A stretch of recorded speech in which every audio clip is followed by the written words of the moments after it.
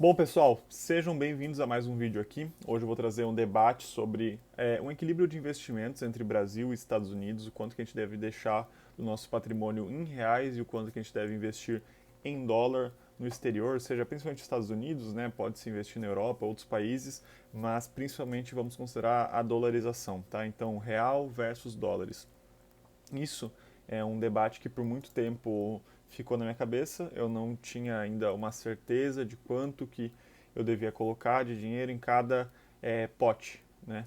Ao mesmo tempo que existia muito um raciocínio de, é importante dolarizar, porém sempre pensava, eu conheço melhor o mercado aqui do Brasil, então devo deixar mais dinheiro no Brasil.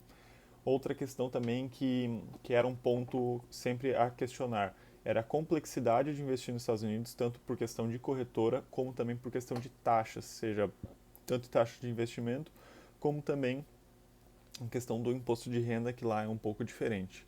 Então eu vou passar aqui um pouco da minha visão, certo? Do que eu acabei aprendendo, do que eu vim fazendo com o meu dinheiro, então minha experiência real, né, dividindo meu patrimônio entre essas duas caixas principais. E bom, primeiramente, qual que é a vantagem da gente investir no Brasil? Apesar do nosso mercado ser extremamente fraco comparado a outros países, comparado aos Estados Unidos, a gente não consegue nem, não dá nem para comparar a nossa bolsa com a bolsa americana, né? Uma empresa lá por si só, uma Apple já engole nosso mercado inteiro aqui em questão de valor. No entanto, apesar dessa fraqueza, ela tem uma vantagem. Ela é muito menos vista, muito menos visada por grandes investidores. Então, a gente consegue encontrar desproporções de valor de ação pelo quanto que a empresa realmente vale. Então, diferenças entre custo e valor. Né? Tem uma empresa ali custando R$ 10 a ação, mas ela valeria R$ 30. Lá nos Estados Unidos, isso já não é algo que a gente consegue encontrar. Apesar das literaturas, por exemplo, do Benjamin Graham, que foi a pessoa que, digamos que ensinou o Warren Buffett, né, a investir, ele diz sobre certas análises fundamentalistas que ele leva em consideração para investir, que hoje em dia são basicamente impossíveis de se encontrar. Empresas que eram, digamos, pouco vistas. Hoje em dia não tem como investir nos Estados Unidos sem ter uma empresa que já é vista, que já é cara, tudo lá os grandes bancos já localizaram. Então aqui no Brasil a gente tem grandes oportunidades, a gente consegue investir em coisas realmente boas, igual era nos Estados Unidos antigamente, a um preço muito mais barato. Por exemplo, uma ação igual o Banco do Brasil está aqui de custo, com tudo que ela vale, com tudo que ela distribui, com o lucro dela, com preço ao valor patrimonial, aqui no Brasil é um achado que se fosse lá nos Estados Unidos seria um investimento do século, por exemplo. Outra vantagem que a gente tem aqui no Brasil que é muito grande é a questão da nossa estrutura estatal privada. Então aqui a gente tem muitas empresas que são híbridas, tanto do governo como também são privadas, e isso é um tipo de empresa que a gente não tem lá nos Estados Unidos.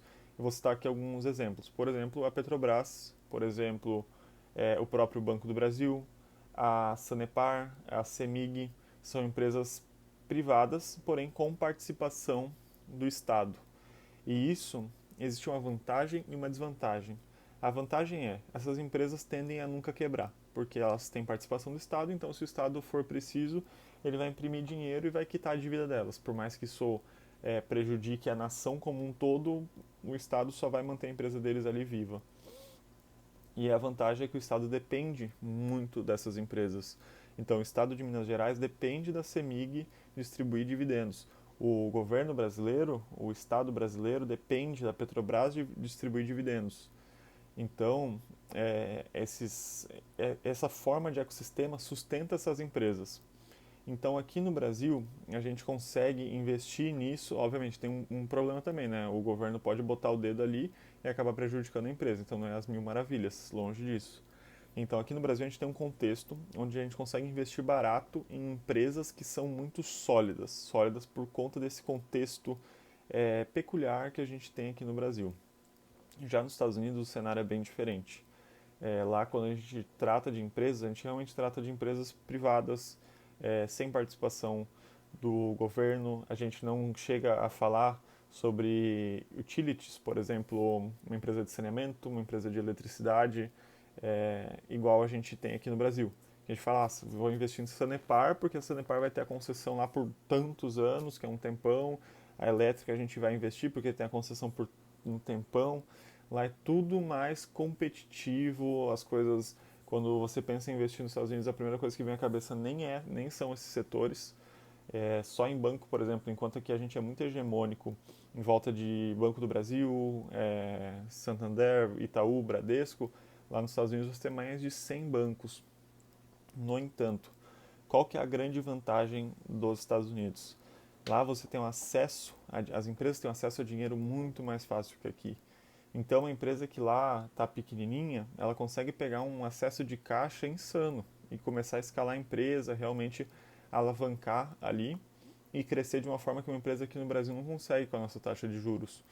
Então, por mais que você não consiga, isso até inclusive é um ponto crítico, a forma de investir, a forma de enxergar empresas é muito diferente aqui no Brasil e lá.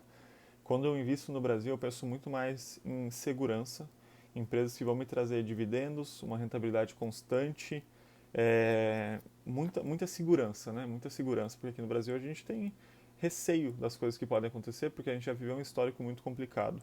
Agora lá nos Estados Unidos não, você compra um pacote de empresas de tecnologia e deixa a natureza guiar ali, porque você confia no projeto dessas empresas, Microsoft, Google, Apple, enfim, são tão hegemônicas, tão poderosas, com tanto acesso a dinheiro, que você confia mais, consegue colocar mais dinheiro nessas empresas. Agora, com relação à viabilidade de investimento, enquanto antigamente era muito difícil investir, tinham poucas corretoras que viabilizavam isso, hoje em dia está muito mais fácil, né? Eu mesmo invisto através do Banco Inter e para mim é uma facilidade muito grande. Dentro da própria conta ali do banco você tem acesso ao seu painel Brasil, né? Então com Investimentos Brasil, bacana que o dinheiro até dos dividendos aqui do Brasil já cai direto na conta corrente, isso é uma coisa que eu gosto porque eu consigo ver os dividendos se tornando reais ali na conta. E nos Estados Unidos também é muito simples, você tem acesso a uma conta americana ali dentro, o envio de dinheiro é super rápido, uma taxa super baixa e com poucos minutos você já está investindo. Outra coisa que muda na minha estratégia de investimentos para o Brasil e para os Estados Unidos. Enquanto aqui no Brasil eu vou mais num caminho de stock picking, né, 100% stock picking, eu conheço as empresas, eu estudo as empresas, já tem anos, então já tenho uma afinidade muito maior por elas. Eu vou lá e seleciono Banco do Brasil, Sanepar, Itaúsa, monto a minha carteira com a minha cara. Lá nos Estados Unidos eu sigo uma estratégia diferente. Por não conhecer tanto as empresas, não morar lá, não ter uma vivência do que é bom, do que é ruim, acompanhar as notícias igual acompanho as do Brasil, eu opto por investir via ETFs. E o que são esses ETFs? ETFs são pacotes de ações. Então, por exemplo, existe um pacote QQQ, né? O ticker é QQQ. Dentro disso vai ter as 100 maiores empresas da Nasdaq de tecnologia ali dentro. Então eu botei 20% do meu capital em QQQ, que é um ticker de um ETF, eu automaticamente estou comprando frações dessas 100 empresas. Depois eu vou e compro a Voo, por exemplo, que é um outro ETF, um ETF do S&P 500. Vai pegar as maiores 500 empresas do S&P. Invisto mais 20% do meu patrimônio. Pronto, agora eu já tenho fracionado ali investimento nessas 500 empresas. Depois eu invisto mais 20% no Schwab, SCHB, que é um ETF de empresas que distribuem muito dividendos. Pronto, agora eu tenho exposição a Coca-Cola, Pepsi, McDonald's, Starbucks, diversas empresas que pagam dividendos acentuados lá. Obviamente, os dividendos americanos não são nem um pouco comparados aos brasileiros. Uma empresa que paga muito dividendo lá paga 3% ao ano. Aqui no Brasil, você tem empresas que pagam 10, até mais por ano, né? Então, a forma de investir é diferente. Eu separo meu investimento em 5 ETFs, até inclusive eu posso fazer um vídeo só sobre a minha carteira americana e por que eu invisto em cada um deles. Enfim, acho que vai ser algo bem interessante. Comentem aqui se é do seu interesse, se você já investe também, porque eu não sei quantas pessoas investem nos Estados Unidos, né? Mas eu acho que é uma coisa que vai crescer cada vez mais. E, bem, eu invisto dessa forma, com os ETFs ali e com as ações. E um ponto crucial também, além da capacidade de valorização das empresas nos Estados Unidos, que é superior às empresas aqui do Brasil, existe uma questão de potencial de valorização da moeda, né? a gente não diz que moedas são investimentos, né? Então, o dólar não é um investimento, assim como o ouro e o Bitcoin também não são. Eles são reservas de valores. Então, eu tenho R$ 1.000. Qual que é a melhor forma de eu preservar o valor de R$ 1.000 hoje? R$ 1.000 compra, vamos supor, alguma coisa que R$ 1.000 compra. Vamos dizer que compre uma bicicleta. Qual que é a melhor forma de eu preservar essa capacidade de comprar uma bicicleta em 5 anos? Então, aí eu coloco em dólar, coloco em Bitcoin, coloco em ouro, porque eu me garanto que daqui a 5 anos eu vou conseguir pegar esses mesmos R$ 1.000 de hoje e comprar a mesma bicicleta. Se eu deixo só em reais o meu dinheiro, eu não consigo garantir que daqui a 5 anos eu vou comprar a mesma bicicleta. Mas óbvio, bicicleta é um exemplo, pode ser um carro, pode ser uma casa, pode ser a sua aposentadoria, que possivelmente é o mais importante de tudo, né? Então, quando eu coloco em dólar, eu penso nisso, em preservar o que eu ganhei hoje. Ganhei R$ 1.000, como é que eu posso fazer para manter esse mesmo poder de compra de R$ 1.000 daqui a 5, 10, 15, 20, 25 anos? E para mim é muito claro que deixando só em reais, no dinheiro aqui do Brasil, não é o suficiente. Então a minha estratégia hoje é, eu ganho X aqui no Brasil, eu mando 50% para fora e mantenho 50% aqui no Brasil.